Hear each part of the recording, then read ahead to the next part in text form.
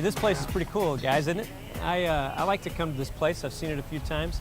It's called the SkySong Institute for Innovation, Technology, and Imagination.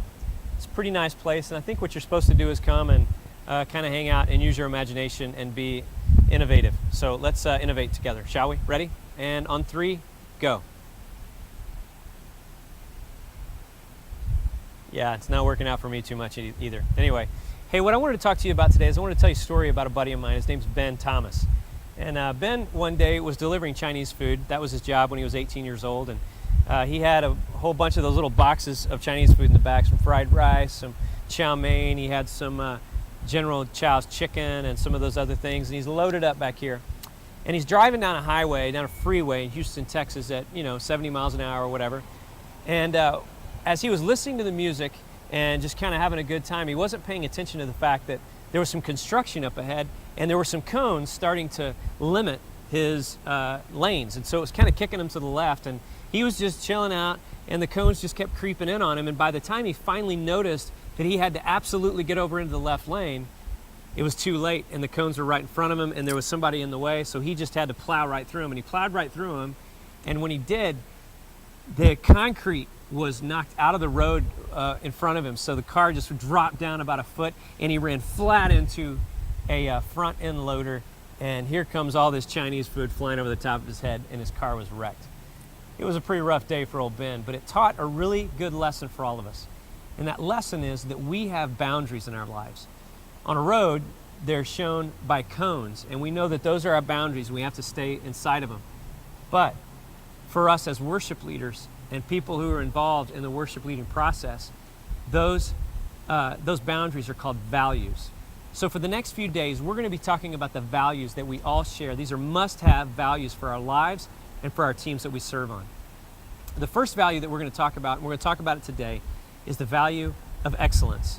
Excellence, excellence, excellence. Not a lot of people like to talk about excellence because they think it means, you have to sacrifice relationship or something like that. But honestly, the Bible says that whatever we do it with all of our hearts. We do it the best that we possibly can. And so, we're going to talk about excellence today. I know the first time I was kind of hit in the face with that was when I was a young worship leader and I went to visit Willow Creek Community Church in Chicago, or in Barrington, Illinois.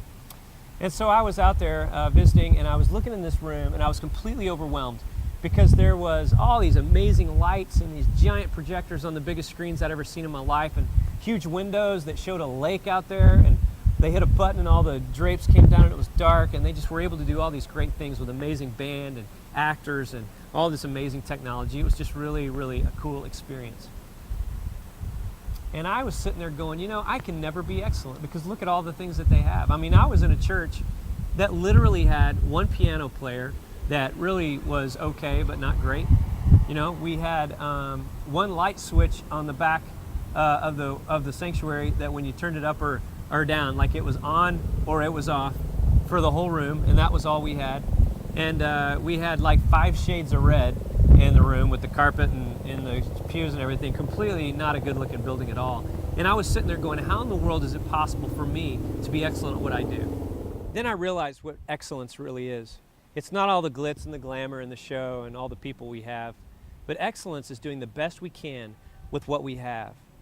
And so some of you are in state-of-the-art situations with great staffs and teams, and you've got the full deal, and you've got all the technology in the world and a great, beautiful building and a stage and everything else.